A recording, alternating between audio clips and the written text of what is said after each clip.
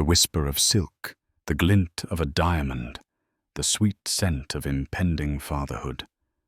Amelia had orchestrated the perfect surprise. A gift not just of luxury, but of love sent to her husband's gleaming corporate office. It was a testament to their shared future, a future she carried gently within her. But in the sterile air of that high-rise, another woman's hands adorned with rings he'd also bought would tear open the carefully wrapped package. The scream that followed wasn't one of delight. It was a sound that would shatter the pristine facade of their perfect life, exposing a web of deceit so intricate that the truth would be the most devastating blow of all. Amelia traced the rim of her porcelain teacup, the delicate floral pattern a stark contrast to the storm brewing within her. From the 35th floor of their penthouse apartment, the city sprawled beneath her like a glittering tapestry, a world she and Julian had conquered together. Or rather, a world Julian had conquered and she had graciously adorned. Her reflection in the panoramic window showed a woman who had everything a husband whose name echoed in the halls of finance, a home that graced the covers of architectural magazines, and a baby, their baby nestled safely in her womb. She was 6 months along the gentle swell of her stomach, a constant, wondrous reminder of the new life she was nurturing. This pregnancy, a hard-won miracle after years of quiet heartbreak, had cemented what she believed to be an unbreakable bond with Julian. He had been ecstatic, his usual cool demeanor melting away to reveal a man of surprising tenderness. He'd ordered a custom-built crib from a bespoke furniture maker in Italy, filled a room with every conceivable baby gadget, and massaged her swollen ankles every night with a devotion that brought tears to her eyes. Julian was a man of grand gestures. Their life was a testament to it. Their wedding had been a week-long affair on the Amalfi Coast. Her birthdays were marked by surprise trips to Paris or the acquisition of a rare piece of art. He'd once bought out an entire Michelin-starred restaurant for a private dinner, simply because she'd mentioned a craving for their truffle pasta. He called her his queen, his everything.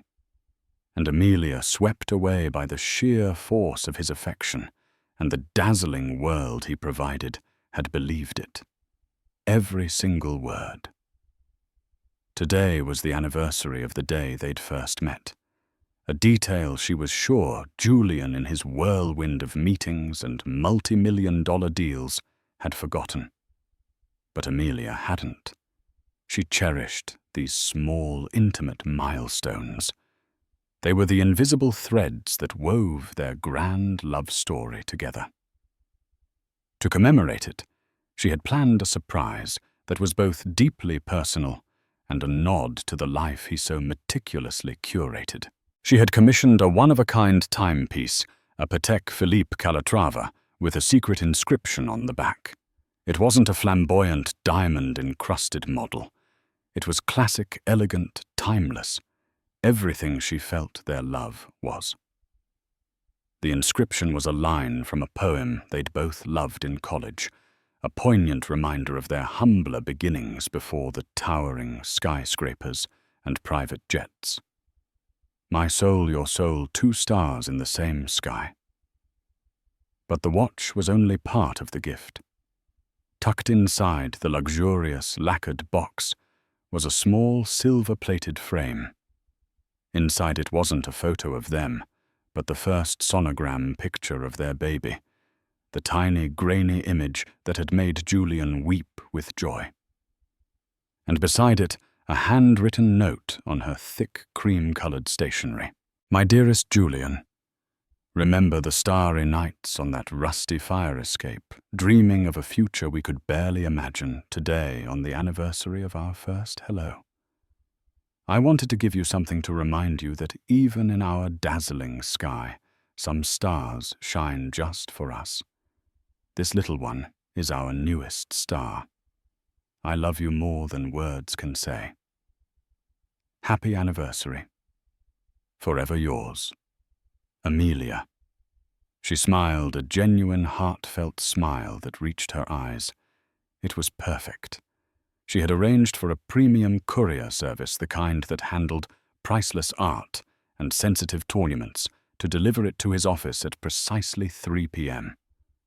She imagined his surprise, his colleagues catching a glimpse of the devoted family man behind the ruthless CEO.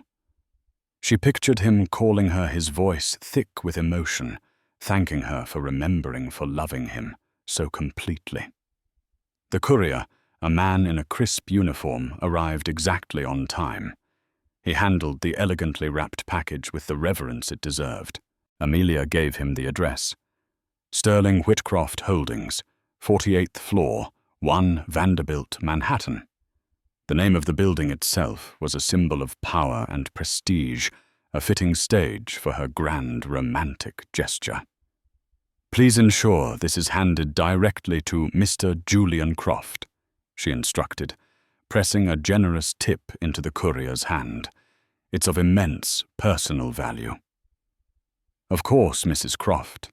It will be delivered with the utmost care. As the door clicked shut, a wave of contentment washed over her. She settled onto the plush velvet sofa, picking up a book on motherhood. The afternoon sun streamed in, casting a warm glow on the pages. For the next hour, she was lost in a world of feeding schedules and developmental milestones, her heart full of a quiet, unshakable joy. She was Amelia Croft, the cherished wife of a brilliant man, soon to be the mother of his child. Her world was perfect, secure, and shimmering with love.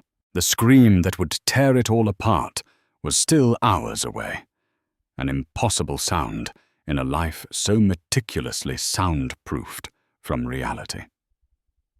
Julian's office was an extension of his personality, sleek, modern, and intimidating. Glass walls offered a panoramic view of the city, but the real power was inside the room. A massive mahogany desk, an array of monitors displaying fluctuating market data, and a collection of abstract art that was both expensive and emotionally distant. It was a space designed to communicate dominance. His executive assistant, a woman in her late 50s with a stern but efficient demeanor, guarded the entrance to this inner sanctum like a hawk. She vetted his calls, managed his impossible schedule, and could spot a sycophant from a mile away.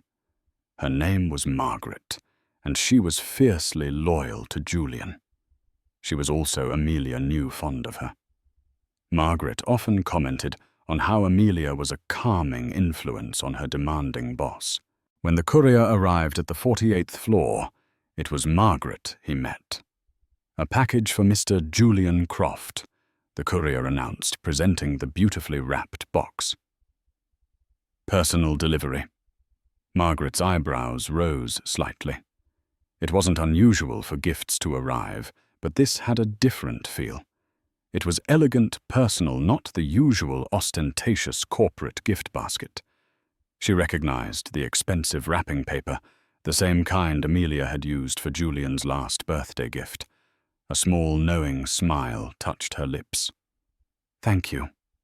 I'll see that he gets it," she said, signing the electronic pad. She carried the gift towards Julian's office, her heels clicking softly on the polished marble floor. The glass door was slightly ajar, and she could hear voices from within. Julian's deep, confident tone and a lighter, feminine laugh that was decidedly not Amelia's. Margaret paused. This was the delicate part of her job, the part she hated, the part where she had to navigate the other side of Julian Croft's life, the side that Amelia in her gilded cage knew nothing about. The laugh belonged to Cassandra. Cassandra was a senior analyst in the mergers and acquisitions department. She was whip-smart, ambitious, and stunningly beautiful in a way that was the polar opposite of Amelia's classic elegance. Where Amelia was soft curves and gentle smiles, Cassandra was sharp angles and a predatory gaze. She had raven black hair, cut in a severe, stylish bob, and a wardrobe of form-fitting dresses that were just on the edge of office appropriate. She was a shark in a sea of sharks, and she had set her sights on Julian Croft from the day she'd walked into the firm. Margaret had seen it all unfold. The late-night strategy sessions, the business trips that coincidentally involved a layover in a romantic city, the lingering touches and shared glances that crackled with an energy that had nothing to do with stock prices. She despised Cassandra, not just for the blatant affair, but for the danger she posed to the kind, unsuspecting woman who was carrying Julian's child. She could hear their conversation more clearly now. "The deal is sealed. We'll announce the acquisition on Monday," Julian was saying. "We should celebrate." Cassandra purred, her voice dripping with suggestion. "My place tonight. I'll open that bottle of single malt you like." "I can't tonight, Cass. Amelia is—" He trailed off, but Margaret could fill in the blank. "Amelia is pregnant.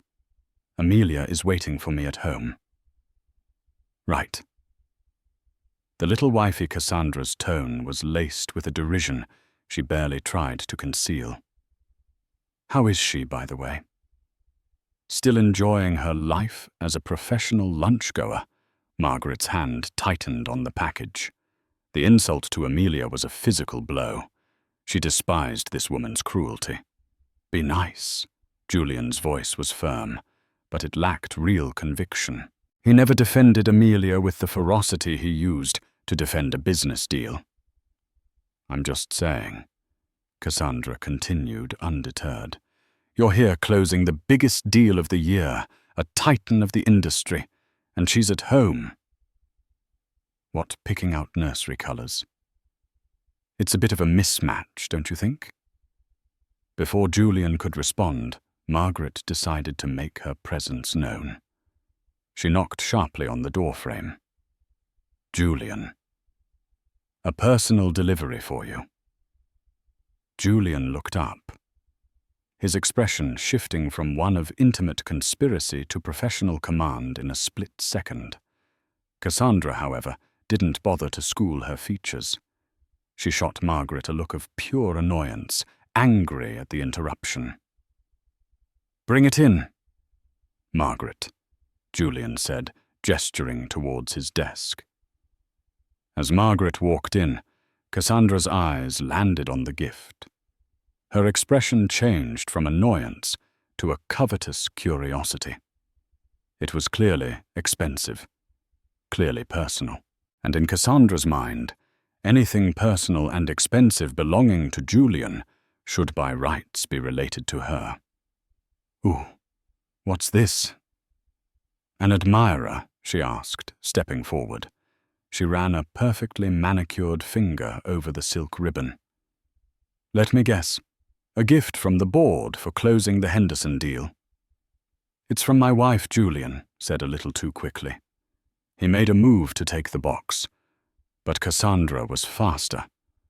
With a playful, possessive flick of her wrist, she snatched it from Margaret's grasp. "From Amelia." Cassandra's red lips curled into a smirk. "How sweet." "What did she get?" "Another set of monogrammed handkerchiefs." "Cassandra, give it to me."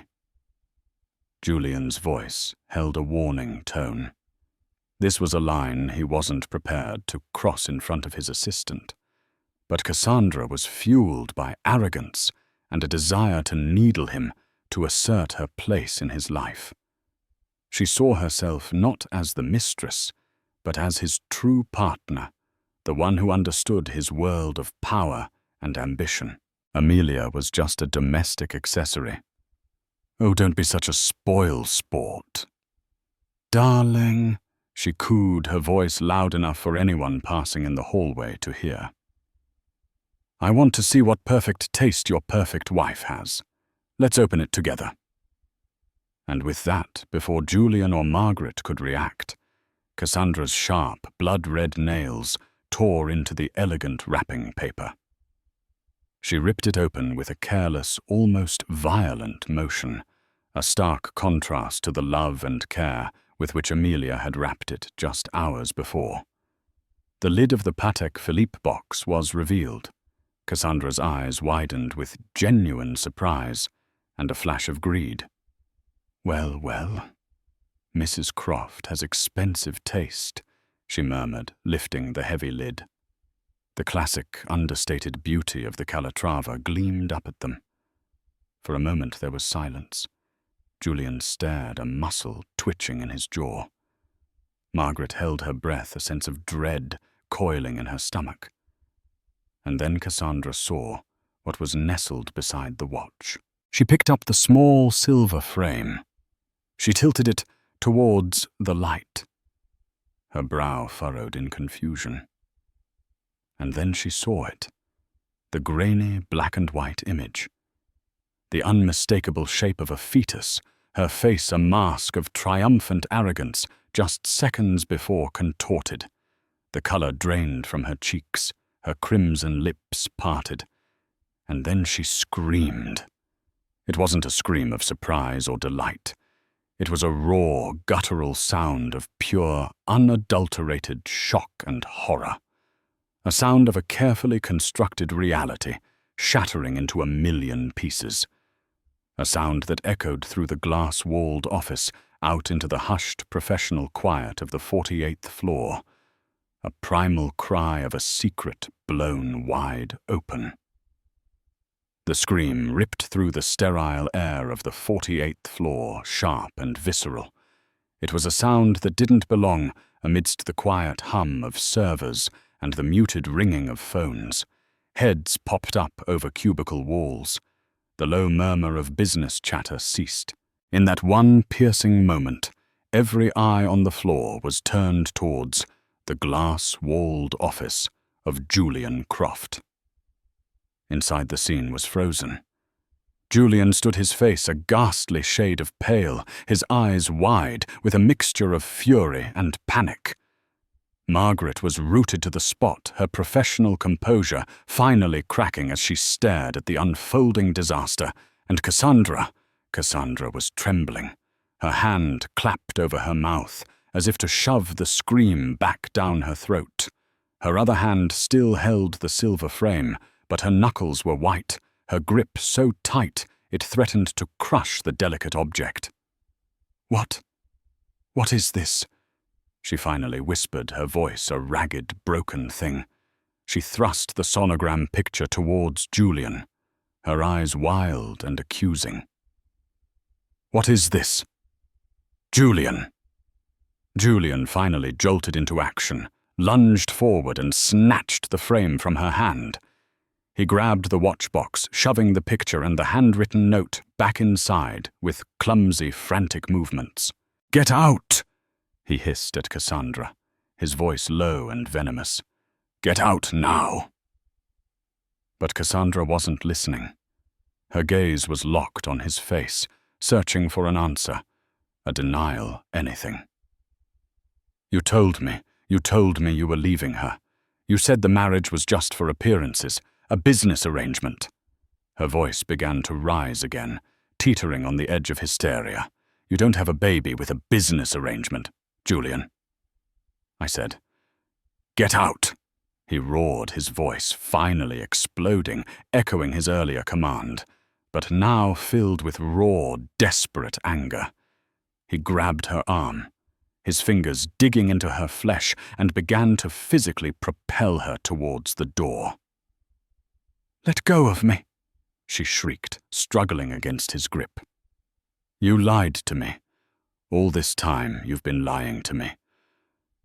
The spectacle was now on full display for the entire senior management floor. Colleagues, rivals, and subordinates alike were staring, their faces a mixture of shock, fascination, and thinly veiled schadenfreude. The pristine facade of Julian Croft, the untouchable master of the universe, was cracking right before their eyes. Margaret, her training kicking in, moved swiftly to the door. "Everything is fine," she announced in a firm, commanding voice to the gawking crowd. Mr. Croft is handling a private matter. Please return to your work." She pulled the door shut, the click of the latch sounding like a gunshot in the charged silence. She then turned back to the chaos within. Julian had managed to shove Cassandra out of his office, slamming the door behind her. He leaned against it, his chest heaving, his tie askew. He ran a hand through his perfectly styled hair, messing it up for the first time Margaret had ever seen. He looked cornered, trapped. Through the glass wall they could see Cassandra stumbling back to her own desk, a trail of stunned and whispering colleagues in her wake. She collapsed into her chair, her face buried in her hands, her shoulders shaking with violent sobs. The damage was done. The secret was out. The carefully compartmentalized worlds of Julian Croft had just collided with the force of a nuclear explosion. Julian turned his eyes, finally landing on Margaret. His expression was one of pure fury, but it was the desperate fury of a man who has lost control. Not a word of this to anyone, Margaret, he seethed, especially not to Amelia. Do you understand me? Margaret met his gaze, her own expression unreadable. For years, she had been his loyal soldier, his gatekeeper, the silent facilitator of his double life. She had rationalized it as part of the job, a necessary evil in the high-stakes world they inhabited. But the sound of Cassandra's scream, the sight of that tiny sonogram picture, had shifted something within her. It was no longer an abstract indiscretion. It was a betrayal of a woman she respected, a woman who was blissfully awaiting the birth of her child. She is going to call Julian. Margaret, said her voice, steady and cool. She is expecting you to thank her for your gift. What are you going to say? The question hung in the air, heavy and suffocating. Julian stared at the Patek Philippe box on his desk, as if it were a venomous snake. The gift, meant to be a symbol of love and shared history, had become an instrument of his exposure. Amelia's perfect, heartfelt gesture had backfired in the most spectacular way imaginable. He snatched the box, opened it, and pulled out the handwritten note. He read Amelia's loving words, her reference to their shared past, her excitement for their future. His face, already pale, seemed to lose another shade of color. The sincerity of her love, the purity of her intentions, was a searing indictment of his own duplicity. I'll handle it, he muttered, shoving the note into his pocket. He picked up his phone, his thumb hovering over Amelia's contact photo, a picture of her smiling, radiant on a beach in the Maldives. He looked like a man about to walk to his own execution. Meanwhile, back in her sun-drenched penthouse, Amelia was beginning to feel the first stirrings of unease. It was now well past 4 p.m. She had expected a call from Julian almost immediately. He was usually so prompt, so effusive in his gratitude for her gifts. She pictured the scene in his office again, but this time a small, unwelcome detail crept in the press of his schedule, an important meeting he couldn't leave, a sudden market crisis demanding his attention. She reassured herself. He was a busy man. That was part of the package. He would call when he could. She tried to go back to her book, but the words blurred on the page. She checked her phone. No missed calls. No messages. She decided to call him. The phone rang once, twice, 3 times. Then it went to voicemail. You've reached Julian Croft. I'm unavailable at the moment. Please leave a message. This was unusual. Julian prided himself on his accessibility, at least to her. His phone was an extension of his hand. For him not to answer was strange. For him not to have called her by now was almost unheard of. A tiny seed of anxiety began to sprout in the fertile ground of her waiting. She told herself she was being silly, that the pregnancy hormones were making her oversensitive. She made herself another cup of herbal tea, the steam warming her hands, but not the chill that was beginning to creep into her heart. Back on the 48th floor, Julian was staring at his phone, watching Amelia's call go to voicemail. He couldn't talk to her. Not now. Not when the sound of Cassandra's scream was still ringing in his ears. What would he say? How could he possibly feign the delight and emotion she would be expecting? His voice would betray him. His guilt was a physical thing, a sour taste in his mouth. He looked at the gift box. He had to hide it. He couldn't take it home. Amelia would expect to see him wearing the watch. She would ask where he had put the picture frame. The entire gift was now radioactive, a piece of evidence in a crime he was desperate to conceal. He looked at Margaret, his eyes pleading. "I need you to what, Julian?" She cut him off, her tone sharp. "To lie for you, to clean up this mess. My job is to manage your schedule, not your infidelities." The insubordination was shocking, and they both knew it. But Margaret had reached her limit. Julian's face hardened. "You will do what I tell you to do, Margaret. Your loyalty is to me and to this company. Your very generous salary depends on it." The threat hung in the air, ugly and undisguised. Margaret stared back at him, a silent battle of wills playing out between them. Finally, with a sigh that seemed to carry the weight of years of complicity, she nodded. "What do you need me to do?" she asked, her voice flat and devoid of its usual warmth. "Take this," he said, pushing the Patek Philippe box towards her. "Get it out of here. I don't care what you do with it. Sell it. Throw it in the Hudson River. Just make sure it disappears, and it never ever gets back to my wife." He then turned his attention to the more immediate problem, Cassandra. He strode out of his office, ignoring the renewed whispers and stares, and marched directly to her desk. "My office." Now, he commanded. Cassandra, her face tear-streaked and blotchy, looked up at him with a mixture of hatred and heartbreak. She followed him back to his office, and he shut the door firmly behind them. "You have 5 minutes to pack your personal belongings," he said, his voice cold and devoid of any emotion. "Security will escort you from the building. Your severance package will be generous, but it is contingent on you signing a non-disclosure agreement, so comprehensive it will prevent you from even thinking my name. Is that clear?" Cassandra stared at him aghast. "You're firing me." Her voice was a choked whisper. "After everything. After all your promises." "The promises were based on a discretion you have just proven incapable of," Julian retorted icily. "You created a scene.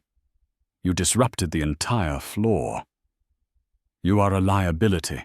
The situation is over. You are over." The cruelty was breathtaking. The man who had whispered promises of a future together was now discarding her like a failed business venture. Cassandra's heartbreak curdled into a cold, hard rage. "You think you can just get rid of me," she hissed. "You think you can silence me with money. You have no idea who you're messing with, Julian. I know everything. I know about the offshore accounts. I know about the Cayman deal. I know where all the bodies are buried. You may have fired me from your company, but you are not rid of me." She turned and walked out of his office, her head held high, leaving a stunned Julian in her wake. He had solved one problem by firing her, but he had just created a much, much bigger one.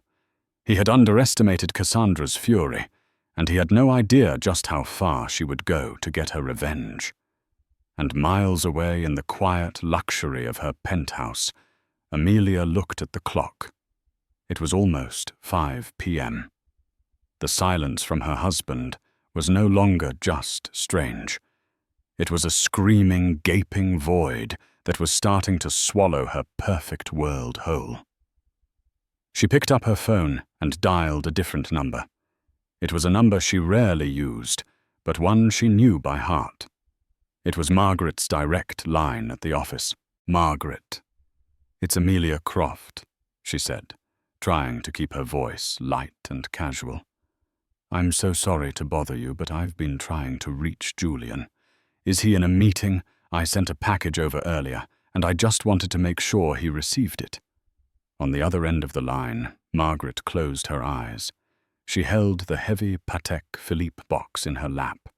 The lie Julian wanted her to tell felt like poison on her tongue.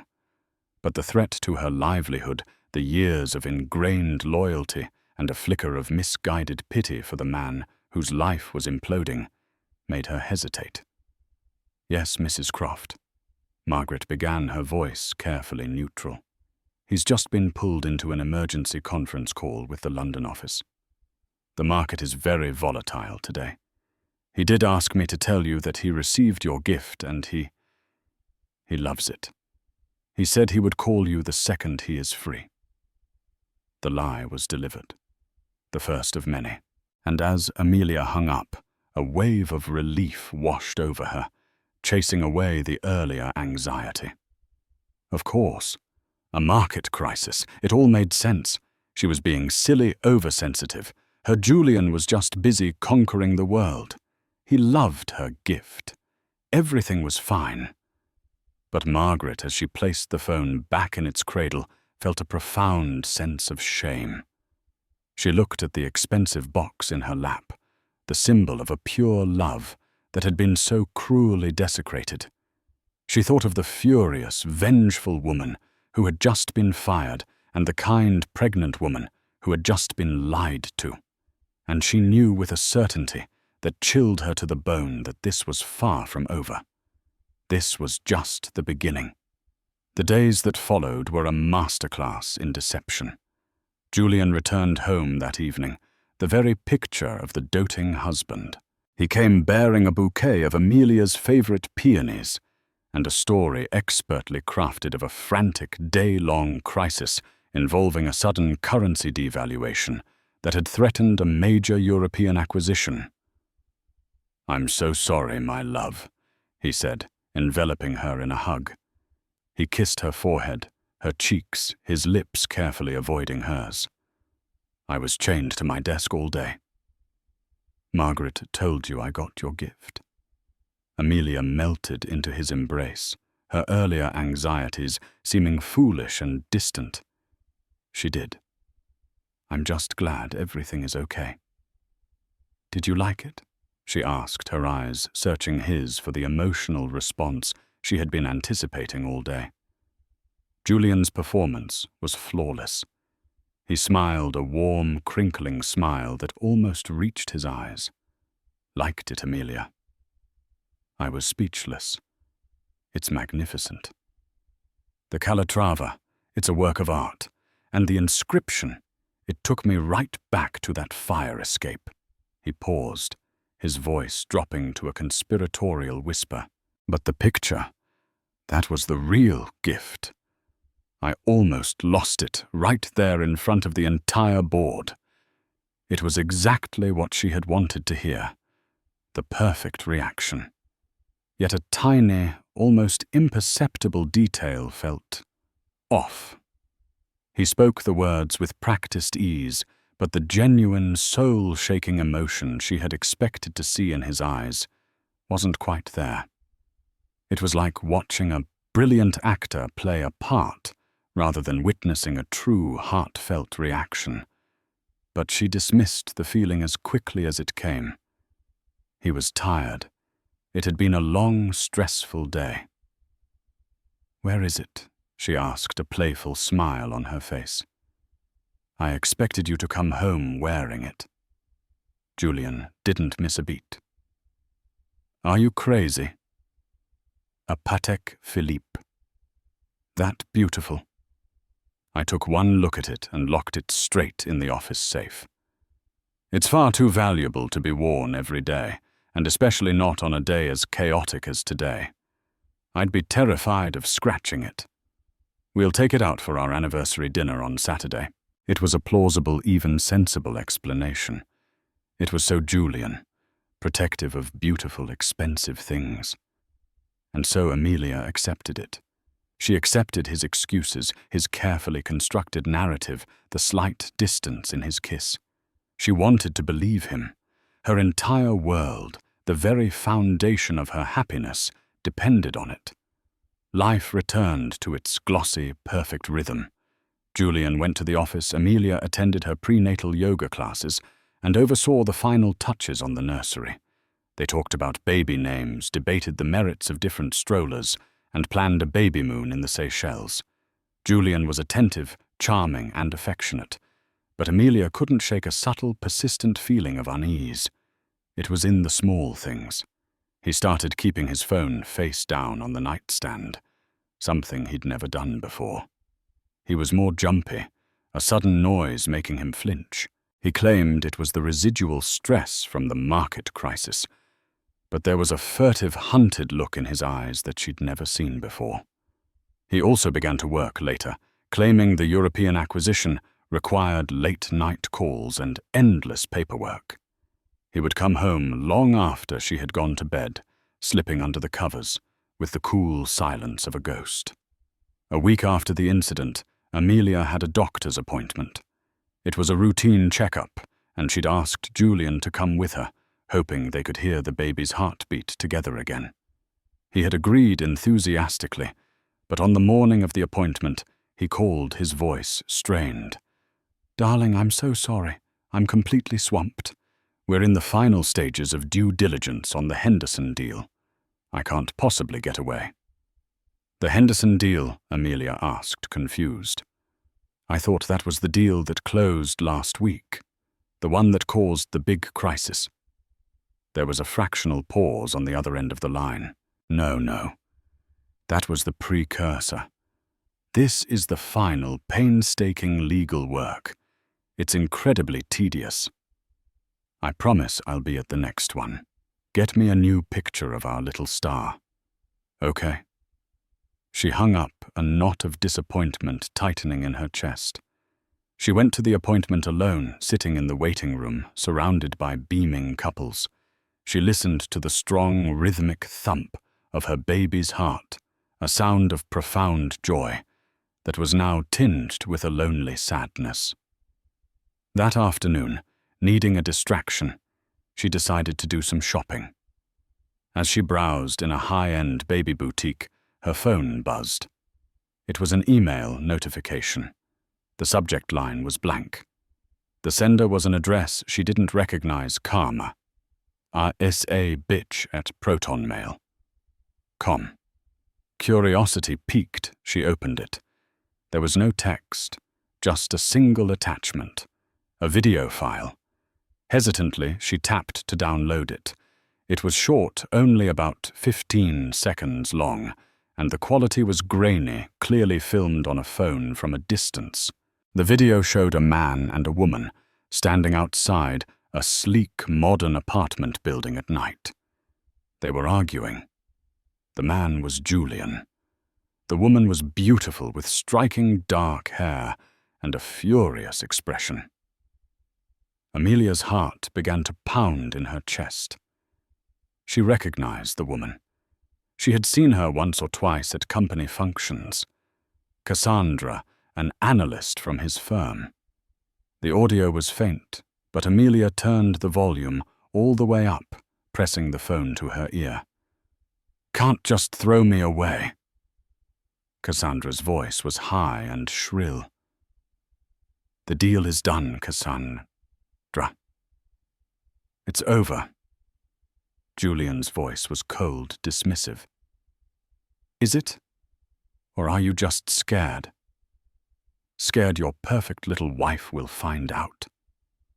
Her perfect little life is a complete and utter lie." The video ended. Amelia stood frozen in the middle of the baby boutique, surrounded by soft pastels and cheerful animal motifs. The air left her lungs. A cold, terrifying dread, far worse than any anxiety she had felt before, washed over her. A lie. Her perfect life is a complete and utter lie. Her hands shaking, she stumbled out of the store, nearly colliding with another shopper. She hailed a taxi, her mind racing, trying to make sense of what she had just seen. An argument. It could be work-related. Cassandra had just been fired. Julian had told her for poor performance and a bad attitude. Maybe this was just the fallout from that. But Cassandra's words. "Scared your perfect little wife will find out."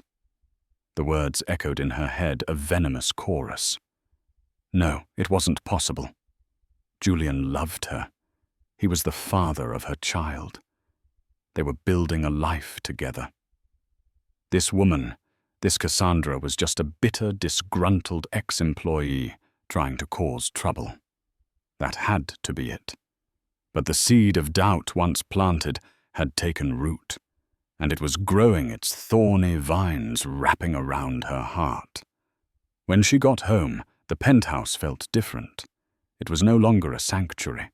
It felt like a stage, a beautifully decorated set for a play in which she was the unknowing lead. She walked into Julian's home office, a space she rarely entered. It was as immaculate as ever. She ran her hand over his desk, her eyes scanning for, she didn't even know what. Her gaze fell upon his briefcase, which he had left by his chair. On a sudden, uncharacteristic impulse, she opened it. Inside were files, a laptop, a leather-bound notebook. She picked up the notebook. His handwriting, a sharp, decisive script, filled the pages. It was mostly meeting notes, market analysis numbers. And then she saw it. Tucked into a side pocket of the notebook was a receipt. A jewelry receipt dated 2 months ago. It was from Cartier. The item purchased a Trinity ring. Amelia's breath caught. The Trinity ring. 3 interlocking bands of gold, a symbol of love, fidelity, and friendship. It was a beautiful, romantic piece, and Julian had not given it to her. Her mind flashed back to the video, to Cassandra's hands gesturing angrily. She remembered seeing the glint of gold on her finger. 3 interlocking bands. The blood drained from Amelia's face. She sank into Julian's leather office chair, the receipt trembling in her hand. This wasn't a disgruntled employee. This was his mistress. The late nights, the business trips, the sudden distance. It all clicked into place with sickening clarity. The lie wasn't just in the video. The lie was her entire life. And then a worse thought, a thought so monstrous it made her feel physically ill. The gift. The Patek Philippe. The sonogram. The story about the office safe suddenly seemed laughably thin. The praise for the gift felt hollow, rehearsed. Why had he really hidden it? What had really happened that day? The pieces began to form a horrifying mosaic in her mind. The scream that Cassandra had let out in the video. It was a scream of shock. What if she hadn't been screaming at Julian in the street? What if she had screamed in his office? Amelia's mind raced back to the day she sent the gift. Her call to Margaret. Margaret's smooth, reassuring lie. He's in a conference call. He loves the gift. Margaret. Margaret would know. She was Julian's gatekeeper. She saw everything, heard everything. And despite her professional demeanor, Amelia had always felt a current of warmth from the older woman, a hint of sympathy. With a resolve she didn't know she possessed. Amelia stood up. The hurt, the betrayal. It was a physical weight threatening to crush her. But beneath it, something else was stirring. A cold, hard anger. She had been played for a fool. Her love, her pregnancy, her most sacred feelings had been used as props in his sordid drama. She would not be a victim. She would find out the truth. The whole truth. She picked up her phone and dialed Margaret's number again. This time there would be no polite inquiries. This time there would be no accepting easy lies. "Margaret," she said, when the assistant answered her voice dangerously quiet. "We need to talk. Not on the phone. In person. I'm coming to the office, now." Before Margaret could protest, Amelia hung up.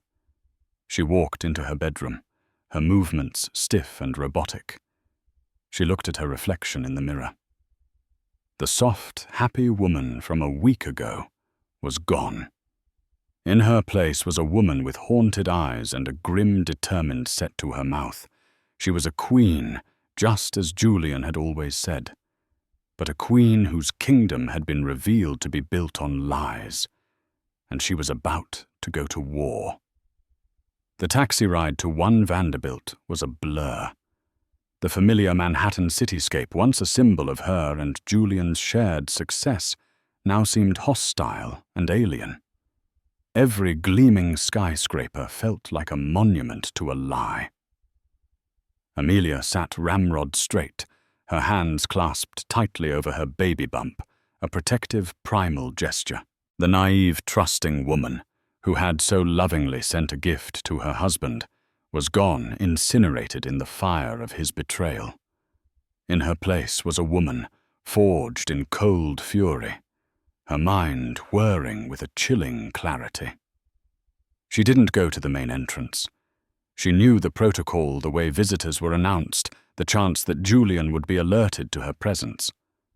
Instead, she remembered a private entrance on the side street that led to a discreet elevator bank sold by the top executives. Margaret had pointed it out to her once. It was a small detail, a piece of insider knowledge, and she would use it. She was done playing by the rules of a game that had been rigged against her from the start. When she stepped out onto the 48th floor, the atmosphere was thick with a tension she could now finally understand. The whispers she might have once dismissed as office gossip now sounded like echoes of her own humiliation. She saw the sideways glances, the sudden silences as she walked past. They knew. They had all known. They had watched the drama unfold while she sat in her penthouse, blissfully ignorant. She walked directly to Margaret's desk, her gaze unwavering. The older woman looked up, her face pale. She saw the look in Amelia's eyes, and her professional mask crumbled. What she saw was not the gentle Mrs. Croft, but a woman on the verge of shattering, held together only by sheer force of will. "Mrs. Croft. Amelia, you shouldn't be here," Margaret stammered, standing up.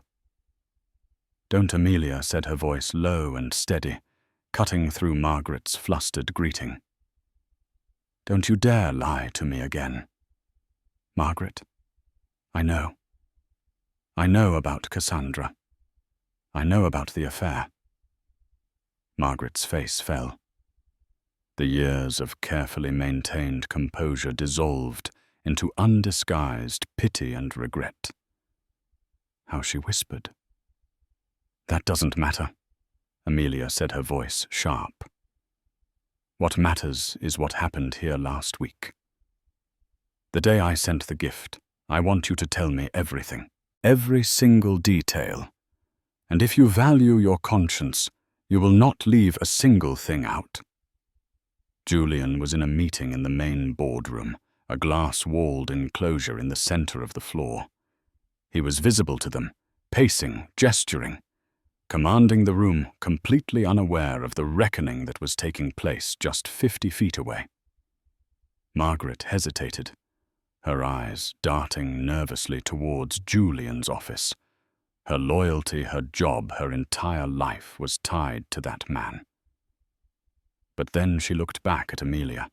She saw the profound pain in her eyes, the slight tremble of her hands resting on her pregnant stomach.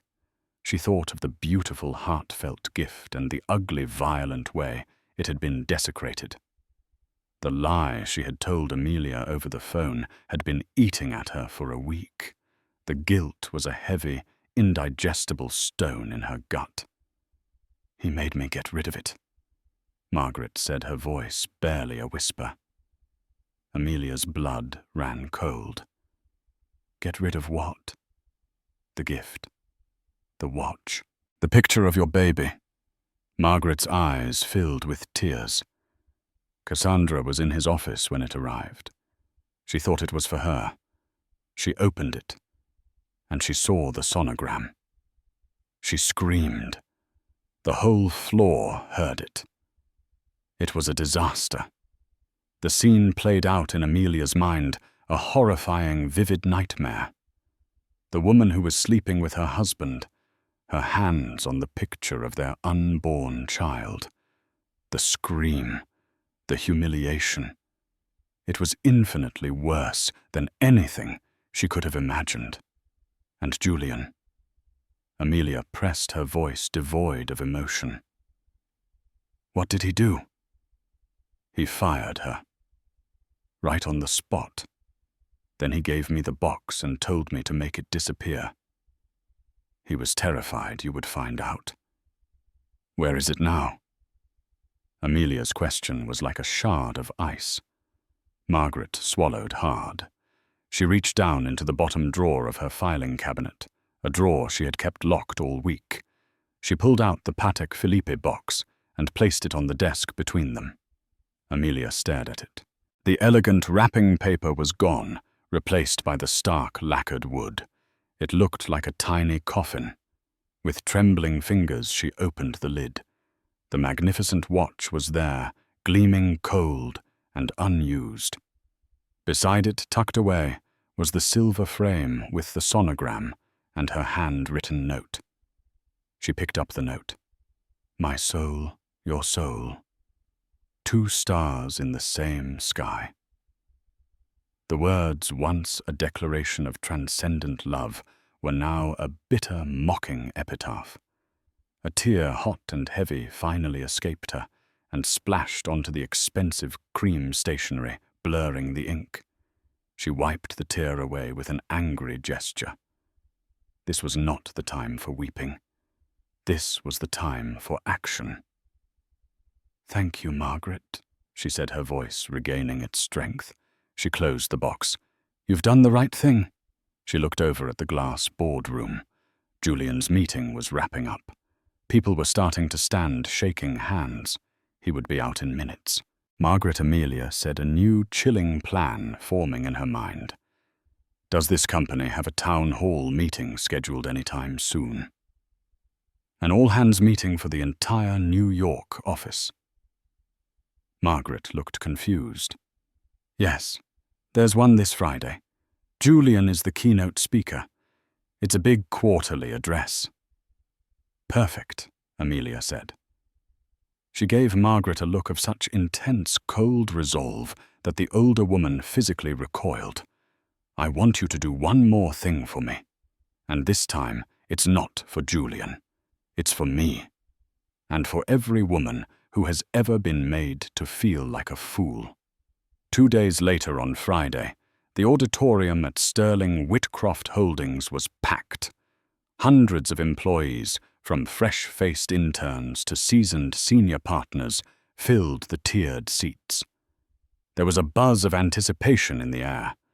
The quarterly town hall was a major event, a chance to hear directly from the CEO. But today, the anticipation was laced with something else, gossip. The story of Cassandra's dramatic, screaming exit and swift dismissal had spread like wildfire. Everyone knew something had happened, but the details were murky, speculative. Julian Croft stood at the podium on the brightly lit stage, looking every inch the powerful, confident leader. He was dressed in a bespoke suit, his voice resonant and assured as he spoke about quarterly earnings, market projections, and the company's bright future. He was in his element, the master of his universe. The chaos of the previous week firmly behind him. He had dealt with Cassandra. He had placated Amelia. The storm had passed.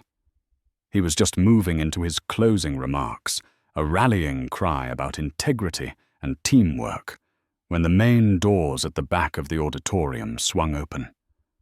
A figure was silhouetted in the doorway. It was a woman. As she walked down the central aisle, a stunned silence fell over the room. Murmurs rippled through the crowd as people recognized her. It was Amelia Croft.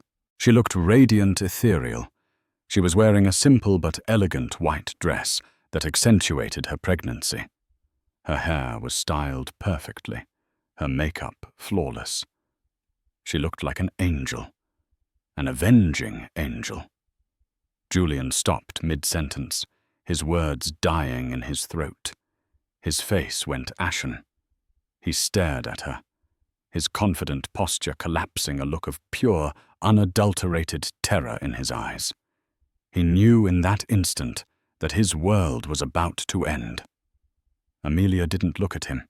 She walked calmly and deliberately towards the stage, her heels clicking with a steady, resolute rhythm on the floor. In her hands, she carried the Patek Philippe box. As she reached the short set of stairs leading to the stage, a few security guards started to move towards her, unsure of how to react. But Amelia simply gave them a serene, dismissive glance, and they stopped confused. She walked onto the stage and approached the podium, stopping directly in front of her husband. She could feel the collective gaze of hundreds of people on her, could hear the frantic whispering. She ignored it all. Her focus was entirely on Julian. She leaned into the microphone, her voice calm and clear, amplified throughout the cavernous room. "My husband," she began, her voice ringing with a strength no one in that room had ever heard from her, "is a man who speaks about integrity, about loyalty, about the values that make this company great." She paused, letting the words hang in the air. Julian was frozen, paralyzed, a statue of a guilty man.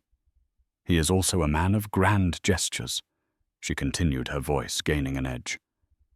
"And recently, to celebrate a personal milestone, the anniversary of the day we met, I decided to make a grand gesture of my own." She held up the lacquered box for the entire auditorium to see. The giant screens on either side of the stage, which had been displaying stock charts, now showed a close-up of her face, her expression one of heart-breaking composure. "I bought him this," she said, her voice starting to tremble, but with rage, not weakness. "A Patek Philippe watch, a symbol of timeless love." But that wasn't the real gift. She opened the box and took out the small silver frame. She held it up. The camera zoomed in, and the grainy image of the sonogram filled the screens. A collective gasp went through the audience. "This was the real gift," she said, her voice breaking for a moment. "Our baby, our future." I sent it to his office, hoping to surprise him to share a moment of joy. She turned her gaze fully on Julian, her eyes locking with his. All the love she had ever felt for him was gone, replaced by a contempt so profound it was like a physical force. But I was not the only one who saw it. My husband's mistress, Cassandra Miller, a senior analyst he was sleeping with for over a year, opened it first. She saw the picture of my baby, the baby of the man who had promised to leave his wife for her, and she screamed. The auditorium erupted. The whispers turned into a roar of shock and scandal. This was better, more salacious than any rumor. This was a confession, a public crucifixion. He lied to me. Amelia's voice soared over the din filled with righteous fury. He fired his mistress to silence her. He took this beautiful gift, this symbol of our family, and he ordered it to be destroyed, to be hidden, so he could continue to live his lie. He stood in our home, looked me in the eye, and told me he loved it while secretly trying to erase its existence. She placed the sonogram picture on the podium, directly in front of Julian. Then she picked up the watch, the magnificent, priceless Patek Philippe Calatrava. "My husband values beautiful, expensive things," she said, her voice dropping to a dangerously quiet level. "He builds his life around them. He acquires them. He controls them. Women companies watches. It's all the same to him." And then, in a move that no one could have predicted, she drew back her arm, and with all her strength, she threw the Patek Philippe watch across the stage.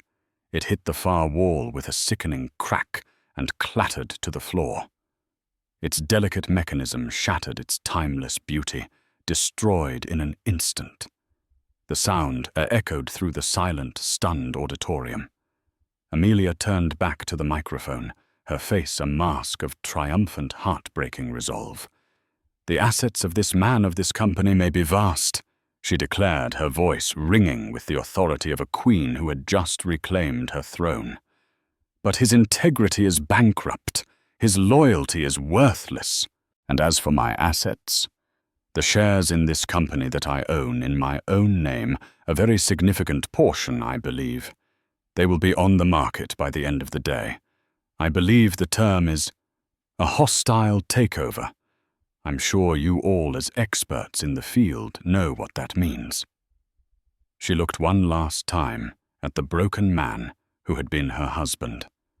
His face was slack with shock, his empire crumbling around him on a stage of his own making. Without another word, Amelia Croft turned and walked off the stage, her back straight, her head held high. She did not look back. She walked out of the auditorium, out of the building, and out of the life that had almost destroyed her, leaving behind a storm of her own creation. The Queen had not just left the board. She had flipped the entire table. Amelia's story is a powerful reminder that the truth, no matter how deeply buried, always finds a way to the surface. It's a story of devastating betrayal, but also one of incredible strength and the fierce, unyielding power of a woman reclaiming her own narrative. The shattered watch was more than just a broken object. It was the sound of a gilded cage being smashed to pieces. What happens next? Does Julian's empire truly crumble? Does Amelia, with her newfound power and the impending birth of her child, find a new kind of happiness? The fallout from that day would echo for years to come. If this story captivated you, if you felt every moment of Amelia's pain and cheered for her ultimate triumph, please let us know in the comments. We want to hear your thoughts. Don't forget to hit that like button. Share this video with someone who loves a story of justice and resilience, and most importantly, subscribe to our channel for more gripping tales you won't want to miss. Click the notification bell so you're the first to know when our next story drops. Thank you for listening.